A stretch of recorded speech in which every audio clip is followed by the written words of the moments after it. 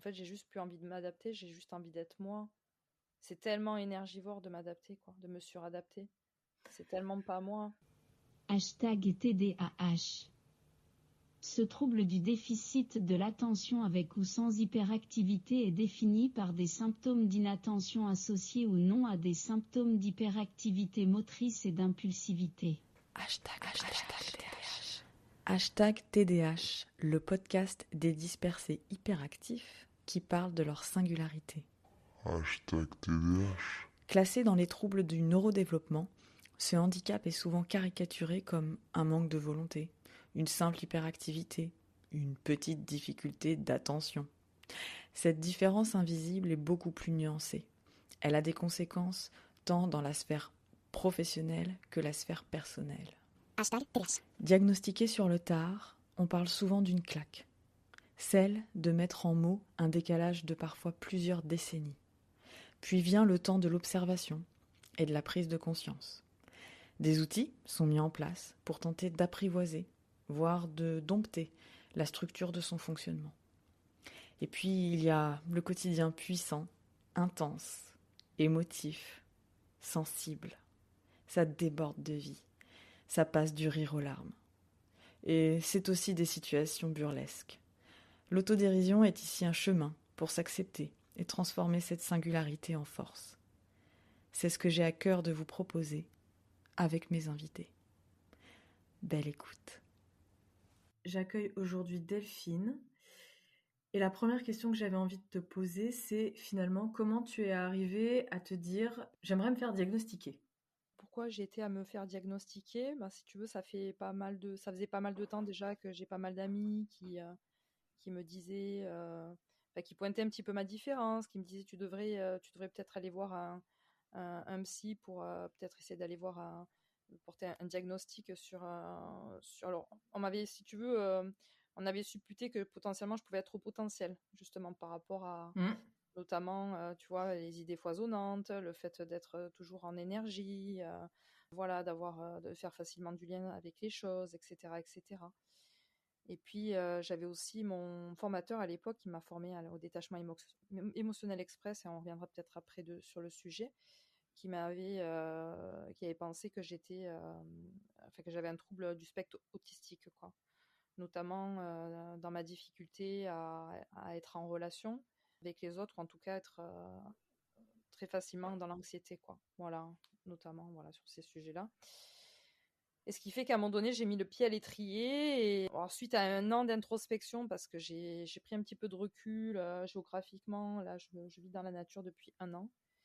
Et à un moment donné, je me suis sentie prête, quoi, après ce temps d'introspection, d'aller voir un psy. Du coup, ouais, ça fait un an que je suis diagnostiquée. Et voilà. Donc tu as été diagnostiquée à 46 ans, donc ce qui est tard. Et du coup, quand on a préparé cette interview, tu disais donc effectivement, tu avais une manière d'appréhender le monde qui était différente. L'anxiété, tu l'as évoqué. Ouais. Tu avais mesuré les troubles de l'attention? Oui, je les avais mesurés, puisque j'ai quand même beaucoup d'impulsivité. Alors à la fois dans le quotidien, à travers les tâches du quotidien, que ce soit domestique ou même, alors on va peut-être plus traduire en hyperactivité, mais quand je dis impulsivité, c'est-à-dire que je peux passer facilement d'un acte à un autre, d'une action à une autre, d'une stratégie à une autre, d'une idée à une autre. Et tu parlais aussi de ta capacité à ressentir le monde, l'hyperesthésie, c'est comme ça qu'on Oui, l'appelle? ouais, Tu peux en dire un peu plus? j'ai une hyperesthésie, ouais, une hypersensibilité, donc qui se traduit par, voilà, par une reconnaissance des émotions, des pensées, du subtil aussi, qui est très accru. Ce qui fait que c'est difficile pour moi d'être en relation avec l'extérieur, puisque je ressens beaucoup, beaucoup de choses, en fait. C'est beaucoup de stimuli pour moi qui, qui derrière crée de la charge émotionnelle, la charge mentale. Et c'est vrai que c'est difficile pour moi de traiter l'information d'une manière rapide, en fait, puisque j'ai beaucoup d'informations qui m'arrivent et beaucoup de difficultés finalement à les organiser, quoi. Que ce soit de l'ordre de la pensée, que ce soit de l'ordre de l'énergie, du subtil ou des émotions. Mais à la fois, c'est assez intéressant parce que j'ai quand même ce sentiment de comprendre, Mm. l'autre, plus l'aspect relation et intimité, capacité à pouvoir ressentir et entrer dans le monde de l'autre facilement. Finalement, la difficulté, ça va être de trier et d'organiser et peut-être de faire la part des choses entre l'autre et toi. Est-ce que C'est ça te ça. parle? C'est exactement ça. Alors aujourd'hui, j'ai plus de recul puisque moi, ça fait 20 ans que je travaille vraiment sur moi, énormément, euh, voilà, au travers de différentes approches. Et du coup, j'ai beaucoup plus de recul par rapport à ce qui m'appartient, de ce qui ne m'appartient pas. Mais il n'empêche qu'il y a, voilà, il y a ce moment où je ressens ça, qu'est-ce que j'en fais? Donc il y a Mm. quand même, tu vois, un moment où j'ai besoin d'aller me questionner un petit peu pour pouvoir vraiment faire le tri, quoi. Donc des fois, ça me demande de sortir de cet espace où je suis avec l'autre aussi, pour reprendre un petit peu ce qui s'est passé, prendre le temps à l'introspection et aller voilà, faire un petit peu le tri dans tout ça, quoi. Moi, parfois, quand quelqu'un va partager quelque chose, Mhm. grave ou pas, hein, de joyeux, moi, je vais ressentir une émotion qui va arriver très très vite et de plus en plus, je me pose la question de est-ce que cette émotion-là, elle m'appartient parce que je suis en partage et ça fait écho chez moi à quelque chose qui me concerne, ou bien est-ce que j'ai déjà absorbé l'émotion de l'autre parce que je me mets à sa place? Est-ce que ça te parle? Ouais, je pense qu'il y a il y a les deux niveaux, quoi. Il y a à Mm. la fois, est-ce que, à qui ça appartient, et puis à la fois, il y a l'information qui arrive, et de toute façon, corporellement, moi, je la ressens.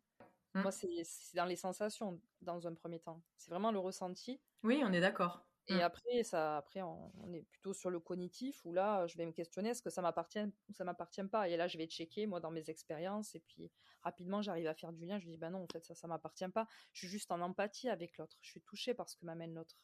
Mm. Tu vois? Et ça, aujourd'hui, j'arrive vraiment à faire la bascule et voilà, trouver le bon La niveau, bonne quoi. posture, ouais, le bon niveau. Ouais, la bonne posture aussi, oui, tout à fait, ouais. Quand tu es allé faire ce diagnostic, finalement, il y avait une hypothèse peut-être d'un trouble autistique, mais tu savais pas trop lequel. Qu'est-ce que ça t'a fait comme effet d'avoir un diagnostic posé de TDAH? Ben, pour moi, ça a été très salutaire, en fait, puisque je m'y attendais un peu. Alors, c'est vrai que j'étais plutôt sur le TSA et puis voir le haut potentiel. TDAH, c'est vrai que je m'étais pas mal documentée sur le sujet, mais bon, je ne savais pas trop finalement. Ce qui est sûr, c'est que ça a été très libérateur, quoi. Pour moi, ça m'a permis de mettre finalement des mots à travers ben, ce que je pouvais vivre au quotidien, tu vois. Et Mhm. qui plus est, voilà, qui a été justement porté par une professionnelle voilà, qui accompagne et qui diagnostique sur ces troubles. Donc pour moi, ça a pris toute sa valeur, quoi, aussi. Et ça, c'était Mm. important parce que tant que j'avais pas cette reconnaissance du professionnel, ça restait quelque chose sur lequel je me questionnais et sur lequel je n'avais pas vraiment d'éléments de réponse, même si au fond de moi, je savais, tu vois. Ouais, je vois ce que tu veux dire. C'est une sorte de validation Ouais, c'est de ça. c'est pas simplement moi qui me raconte des Ouais. choses, c'est validé et c'est mis en mots aussi par un professionnel et cette mise en mots, elle a un effet miroir qui est hyper intéressante, je trouve, quand ça fait longtemps, tu vois, que tu as ce trouble Ça. et que tu l'as pas nommé. Ce qui m'est venu, c'est que j'ai accepté ces parties-là qui étaient en décalage jusqu'à présent. Une Mhm. partie de moi qui a accepté ça pleinement. Est-ce que ça t'a fait cet effet-là? Ah oui, oui, à partir du moment où le diagnostic a été posé, je l'ai pleinement accepté, ou tout du moins, ça m'a permis de pouvoir en parler facilement avec l'extérieur, Hmm. expliquer pourquoi j'avais un fonctionnement qui était différent. Et du coup, d'avoir finalement aussi, encore une fois, cette validation de l'extérieur, ok, on te reconnaît à travers ton trouble et c'est ok, quoi, en fait. C'est Hmm. entendable, hein, parce que l'extérieur a besoin de comprendre aussi, ce qui est logique, tu vois. Ouais, bien Et je sûr. remarque quand même que j'ai souvent ce besoin de valider, quoi. Même si, au fond de moi, je sais que c'est toujours cette connaissance en moi qui me permet d'agir, quoi, de me mettre en mouvement par rapport aux choses.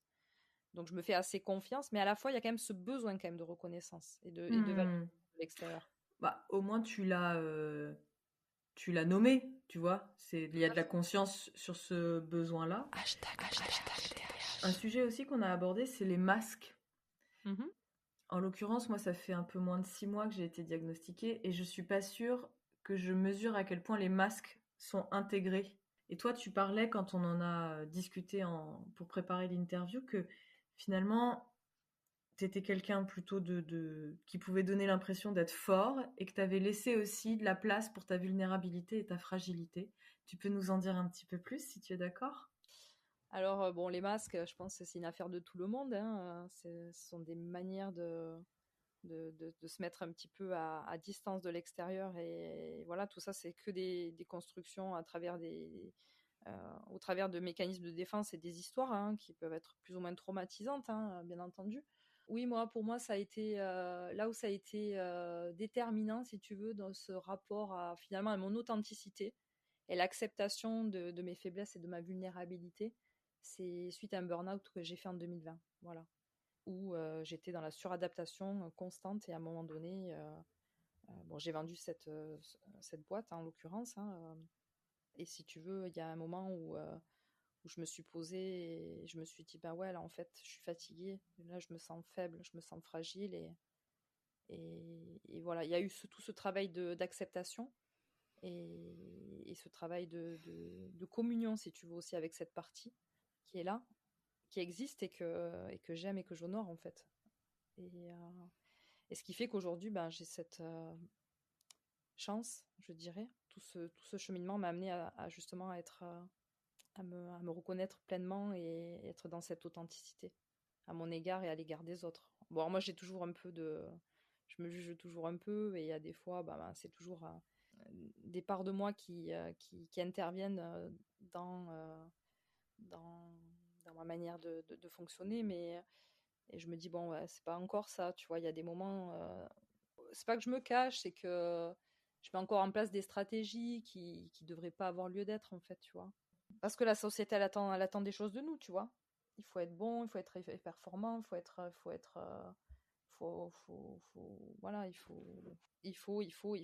voilà, c'est ça. Hashtag TDH. On fera peut-être un petit détour après par les outils, mais j'aimerais aller sur les relations. Tu disais que après ce diagnostic-là, il y a quelque chose qui a bougé dans tes relations. On va dire que tu étais plutôt dans des stratégies pour relationner auparavant. Oui. Qu'est-ce que le diagnostic a changé dans ta manière de relationner, ou de quoi tu as pris conscience après le diagnostic sur ta façon de relationner? Disons que jusqu'avant diagnostic, bon, j'avais lâché sur certaines choses, mais j'étais quand même dans tu vois, des comportements toujours adaptatifs, suradaptatifs, tu vois, par rapport à l'extérieur. Ouais. Et à partir du moment où le diagnostic a été posé, les choses ouais, ont lâché, quoi, en fait, à ce niveau-là, tu vois. Où j'ai vraiment, je me suis dit, mais en fait, non, quoi. En fait, j'ai juste plus envie de m'adapter, j'ai juste envie d'être moi. C'est tellement énergivore de m'adapter, quoi, de me suradapter. C'est tellement pas moi. Finalement, pour fonctionner jusqu'à présent, moi, ce que je me dis, c'est qu'est-ce qu'il faut que je fasse pour m'adapter? Et que la question que j'essaye de me poser aujourd'hui quand je suis en relation, c'est de quoi j'ai besoin? Point barre, tu vois? Et en fait, les masques, je les vois à chaque fois se mettre en place dans le regard de l'autre, Oui.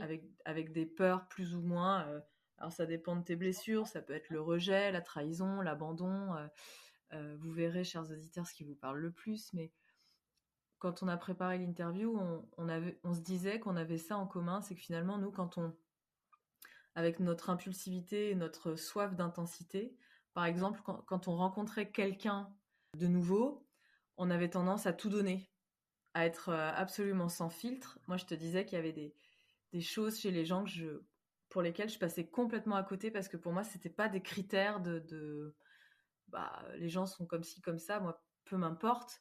Mais en tout cas, on donne tout, on est généreux, on va avoir envie de partager notre monde. Et puis, il y a un moment donné où finalement, on sent que c'est pas équilibré dans la relation, parce qu'on donne beaucoup et que finalement, on n'a pas pris le temps de vérifier si l'autre était en capacité de recevoir. Est-ce que ça te parle? Oui, oui. Oui, oui, complètement. Tu le sais, on est très intense, donc on est très intense, très entier.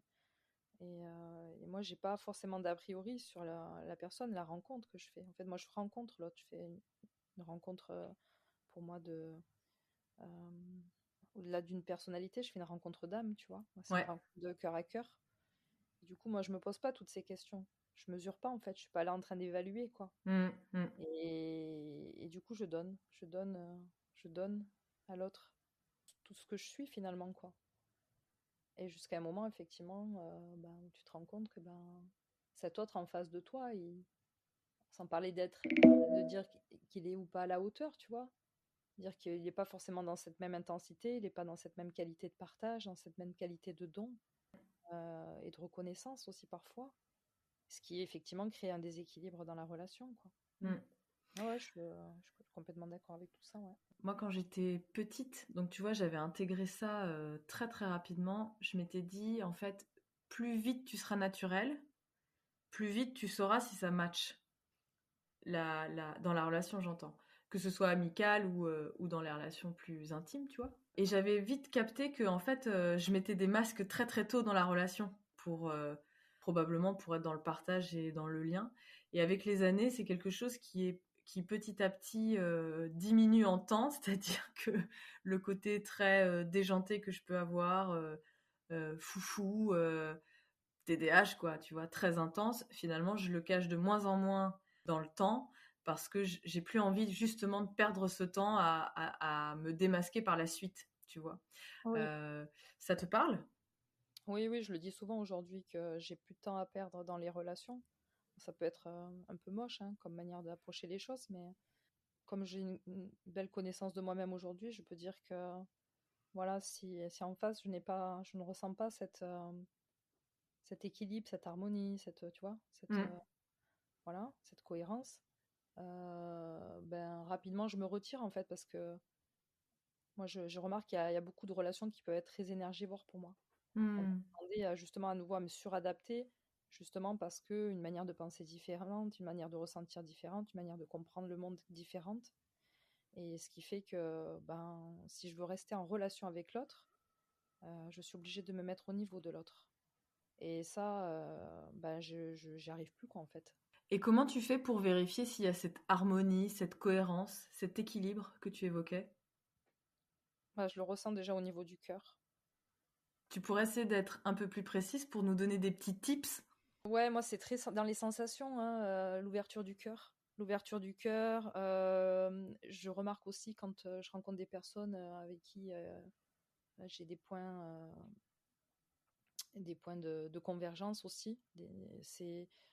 Je suis rapidement en énergie, j'ai plein d'idées, j'ai envie de passer plein d'heures avec la personne, tu vois. Enfin, ça se traduit aussi sous cette forme-là. Je sais pas si ça t'aide un petit peu dans... Si, c'est très corporel. Quand tu dis que Ouais, c'est dans le cœur, c'est très corporel. Et puis ça te donne de l'énergie. et ça me donne de l'énergie, ouais. Mais sans vraiment cette ouverture du cœur, en fait. Ouais. Et puis l'intellect aussi, tu vois, ça foisonne là-haut, quoi, tu vois. Ça foisonne d'idées, ça foisonne de réflexion. Voilà, enfin, c'est génial, quoi. T'es sur le toit du monde, quoi. Ouais, c'est un tourbillon de vie, quoi. C'est un Ouais, tourbillon c'est de un vie. tourbillon de vie, ouais, c'est ça. Là où j'apporte une nuance, c'est que moi, pour avoir commencé à mettre en place des outils corporels, j'ai tendance à faire beaucoup plus confiance à mes outils, à mes sensations, pardon, corporelles qu'à ma tête. Parce que il m'est arrivé que mon esprit, en fait, coche toutes les cases rationnelles de potentiellement cette relation va être chouette et que, à l'inverse, le corps, sans t'expliquer pourquoi, tu vois, quand je suis avec cette personne et que je scanne, et ben finalement j'ai mal au ventre ou j'ai mal au cœur ou je termine le rendez-vous ou le déjeuner ou quel que ce soit pro ou perso, hein. Et finalement il y a un truc très inconfortable dans le corps, donc j'avais envie d'avoir des éléments de ton côté pour savoir comment toi tu faisais finalement cet état des lieux de la relation qui a l'air très rapide, mais Oui, c'est ça, moi c'est dans le corps, hein, quand tu quittes une rencontre et que tu te sens soit vidé, soit, tu vois, sentiment d'inconfort, d'insatisfaction. Enfin, moi c'est rapidement en fait, hein, je m'en rends compte en fait. Et, je check vite dans mon corps et j'ai pas envie de poursuivre en fait. Parce que je sens que ça m'apporte pas, ça me nourrit pas en fait, ça me nourrit pas. Ça nourrit pas mon âme, ça nourrit pas mon être, quoi. Et même si sur le plan intellectuel ça peut être très intéressant, tu vois. Et moi, j'ai besoin de ce rapport au cœur, quoi. Oui, ça me parle tout à fait. #TDH. Un autre point que j'avais envie d'aborder avec toi, c'est peut-être les outils que tu avais mis en place. Alors, peut-être depuis un an pour après Diag, s'il y a des choses que tu as mises en place ou avant Diag, peu importe, mais en tout cas qui te permettent de canaliser l'hyperactivité ou gérer l'hypersensibilité ou réduire le trouble de l'attention. Est-ce que tu pourrais nous donner quelques outils? Comme je t'avais expliqué la dernière fois, en termes d'outils, alors depuis février de l'année dernière, j'ai une pratique régulière de la méditation, du zazen plus exactement. Donc c'est venu un petit peu avant le diagnostic. C'est une technique qui me permet de rester centré, de rester ancré, de rester dans le présent, l'existence de la vie, pas telle qu'on la voit et on la vit en fait, hein, en tout cas la plupart des gens, mais voilà, vraiment d'être dans voilà, ce sentiment d'être dans l'éternité en fait. Enfin, c'est assez étrange et à la fois voilà, ça me permet vraiment de rester centré, de rester ancré, d'être pleinement dans mon corps, mes sensations, voilà, et puis ce qui m'amène à réguler aussi mon système nerveux et puis mes émotions, quoi, mes émotions, la concentration, du coup l'attention, voilà. Donc ça c'est vraiment quotidien. Ok. Et voilà. Et puis autant, tu vois, je connais plein de méditants pour qui la posture est très compliquée à tenir. Moi, j'ai aucune difficulté, quoi, parce que j'y trouve tellement de bénéfices. Tu parlais aussi d'un bilan de journée. Et en relisant mes notes, je m'aperçois que finalement, tes outils sont aussi beaucoup sur l'énergie. C'est quelque chose d'assez Oui, central pour toi. oui, oui. C'est-à-dire que tu fais des bilans de journée enfin, quand tu sens le besoin, tu fais des bilans de journée. Et ce que tu regardes, c'est qu'est-ce qui m'a plu et surtout qu'est-ce qui m'a donné de l'énergie. C'est ça. Ouais, je vais aller checker encore une fois les situations, les rencontres qui m'ont fait du bien, qui m'ont nourri, versus celles qui m'ont rien apporté, voire même qui m'ont desservi, tu vois, qui m'ont Mhm. vidé. Et voilà. Donc ouais, je fais des bilans journaliers et puis à plusieurs moments de la journée. Donc comme je t'expliquais, c'est pas arrêté. Je me dis pas à 20h, je vais faire mon petit bilan de journée, tu vois. Moi, je suis pas dans ces rituels-là. C'est des choses qui viennent assez spontanément à moi, quoi. Et un autre outil que tu as utilisé pour toi et que tu utilises aussi pour tes clients, puisque tu es coach, c'est le détachement émotionnel express. Est-ce que tu peux nous en dire un peu plus? Oui, alors donc là, on est plus sur le champ de la thérapie, la neurothérapie. Donc c'est une méthode qui vise en fait à accompagner les personnes à libérer leur traumatisme. Voilà. Donc c'est une technique qui se rapproche de l'EMDR notamment, pour ceux qui connaissent. En fait, on va aller identifier la racine du trauma à travers un questionnement et par un accompagnement où on va synchroniser les deux hémisphères du cerveau. On va aller libérer la charge émotionnelle qui est restée refoulée dans l'amygdale cérébrale pour aller la libérer. Et du coup, je l'utilise. J'ai eu l'occasion d'expérimenter cette approche plusieurs fois et je me suis formée à cet outil, quoi. Et j'accompagne notamment les TDAH, enfin voilà, des personnes qui viennent et notamment TDAH et ça fonctionne très très bien pour réguler l'émotionnel, quoi, et puis quitter un peu tous ces schémas adaptatifs, tous ces schémas répétitions, enfin sortir un petit peu aussi du mode automatique, tu vois, dans lequel on peut être parfois, et remettre de la conscience dans les choses, dans ce que nous vivons, etc. Et tu dirais quels seraient les effets à court et long terme de tes patients ou de parler pour toi, pour les TDAH notamment? L'apaisement, voilà, une meilleure connaissance d'eux-mêmes, enfin de moi-même, voilà, une régulation des émotions, voilà, plus de recul, plus de prise de hauteur. En fait, à partir du moment où tu as libéré la charge traumatique, il n'y a plus de relation finalement à cet événement, ou cet événement, cette émotion, ou cette vibration finalement, qui est là et il se réactualise dans nos quotidiens. Voilà, c'est ça, c'est l'apaisement, quoi. C'est très libérateur en fait, hein. Je sais pas comment l'expliquer, mais Ce que je retiens, c'est que finalement, tu serais dans un schéma répétitif du trauma et que tu vois, qui irait assez vite, tu vois, comme une roue qui tourne, où finalement tu te laisses complètement à chaque fois embarquer par le trauma, c'est ça. quelle que soit la situation de vie qui l'active. En tout cas, tu retournes dans la roue et que c'est comme si ça permettait de ralentir la roue, prendre de la distance et pouvoir sortir de ce schéma-là et d'avoir de la distance et de la hauteur sur ce que tu as pu vivre, mais sans cette touche émotionnelle qui finalement biaise complètement ta perception de l'événement. Oui, bah, de toute façon, à partir du moment où tu as libéré la charge émotionnelle, il y a plus. La question du recul, elle se pose même plus, si tu veux. La distance, elle y est euh, inévitablement, quoi, si tu veux. Donc, voilà. Hashtag TDH. On arrive à la dernière question. En quoi tu dirais aujourd'hui que ton trouble est une force?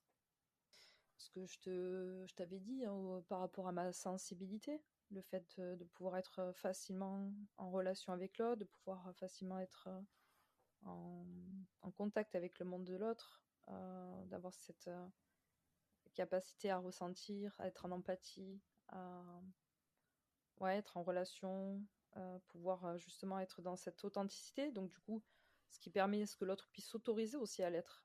Ça, c'est chouette.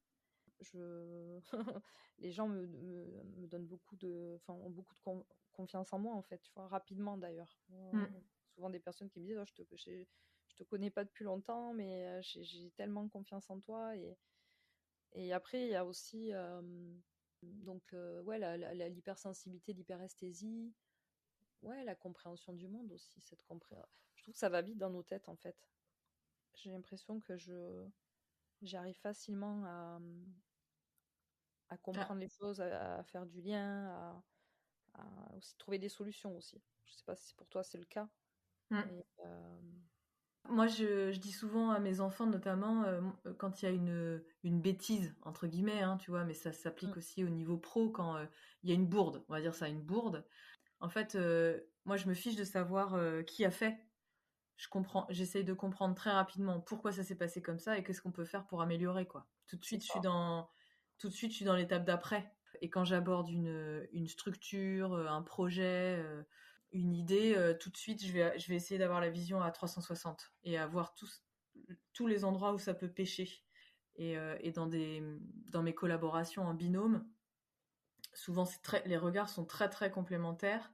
Et, et oui, on a très rapidement en équipe des visions à 360, et moi tout de suite je vais pointer, tiens là ça va pas, qu'est-ce qu'on peut mettre en place, tiens là ça va pas. Donc ça peut être aussi, tu vois, on parlait de relations, ça peut être très déstabilisant pour ceux qui n'ont pas cette approche là, parce que tu peux donner l'impression soit que tu pointes que ce qui va pas, si tu communiques pas bien, tu vois, que tu pointes que ce qui va pas. Tu peux être la locomotive d'un projet, mais du coup pas forcément au rythme des gens avec qui tu travailles, parce que ils ont des talents ailleurs, peut-être plus focus, plus spécifiques, et du coup faut réussir à fédérer sur ce rythme-là. Moi, dans une équipe, tu m'écoutes, je vais toujours de l'avant, quoi. C'est le côté, tu sautes de l'intensité à l'autre intensité, je te vois sourire. c'est pas, ouais, non, mais c'est pareil. Mes Voilà, collègues, quand ils écouteront le podcast, ça va bien les faire sourire aussi, ouais. Ouais. Mais ce qui peut générer de la frustration quand effectivement il n'y a pas cette même dynamique.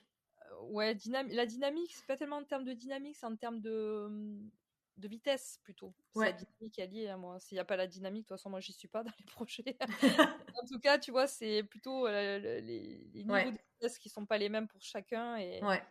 Et du coup, ça t'oblige à freiner. Et moi, je fonctionne beaucoup tu sais, à la récompense immédiate. Bah oui, sans blague. Ouais, c'est TDAH, tu me diras. C'est un sujet. Et du coup, c'est super frustrant, quoi, quand tu te dis, mais en fait, je sais très bien qu'on va y aller là, en fait. Sauf que, voilà, ils sont pas prêts encore, quoi, tu vois. C'est ça. Et bon, voilà, donc, ouais, je suis complètement d'accord. Ouais. Donc, en même temps, c'est super riche, la collaboration, quoi. Ouais. Bah justement, moi, dans mes collaborations de travail d'équipe de cette année, j'ai remarqué que je m'étais entourée de gens qui sont dans l'intempérance. Et que même si ces gens-là, je les trouve lents, je pense notamment à une de mes collaboratrices qui est dans une tempérance, un calme et une lenteur, tu vois, où je la vois faire et je me dis waouh, mais moi jamais je pourrais être comme ça.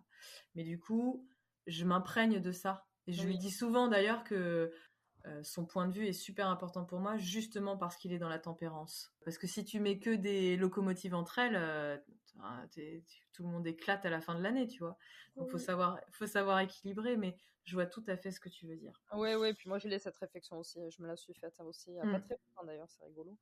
Ouais. En disant c'est bien parce que tout ça crée quand même de la complémentarité et l'idée c'est quand même qu'on puisse se retrouver sur les sujets, quoi. C'est pas en perdre certains en route ou laisser d'autres personnes frustrées C'est ça. moi c'est quand même important pour moi d'être en équilibre avec les autres aussi et essayer d'être aussi dans un même niveau, tu vois, un niveau de Oui, ça demande, Mm. bien sûr, ouais, bien sûr. Moi, ça me demande alors pas de m'adapter, mais d'avoir ces temps d'observation de comment fonctionne le Oui, groupe, tu oui, vois, oui, pour tout à fait. justement m'ajuster et réguler si besoin. Ouais. Mais autant avant, je m'adaptais il y a forcément un moment donné où je subissais le groupe. Là, j'essaye d'être plus claire dans ma manière de faire et plus en conscience avec ma manière de faire pour justement que l'ensemble des acteurs du groupe soient vraiment complémentaires. Oui. Donc, Oui, c'est pareil pour moi. Après, c'est vrai que parfois, tu vois, tu parlais le fait d'être freiné aussi. Moi, je peux ressentir ça aussi quand je me dis, ben non, en fait, moi, j'ai d'autres projets et là, pour l'instant, c'est des projets que je peux pas, à qui je peux pas, pour lesquels je peux pas donner vie encore aujourd'hui parce que je suis prise ailleurs. Mais ailleurs, c'est encore enfin ailleurs. Dans les systèmes dans lesquels je suis, ça reste encore lent pour moi ouais, et ouais, moi, en fait, c'est super dur de ralentir. ouais, ouais, ouais. Et en même temps, c'est vachement bénéfique aussi, quoi. Et oui, la lenteur, effectivement, je partage avec toi, cette lenteur, elle est difficile.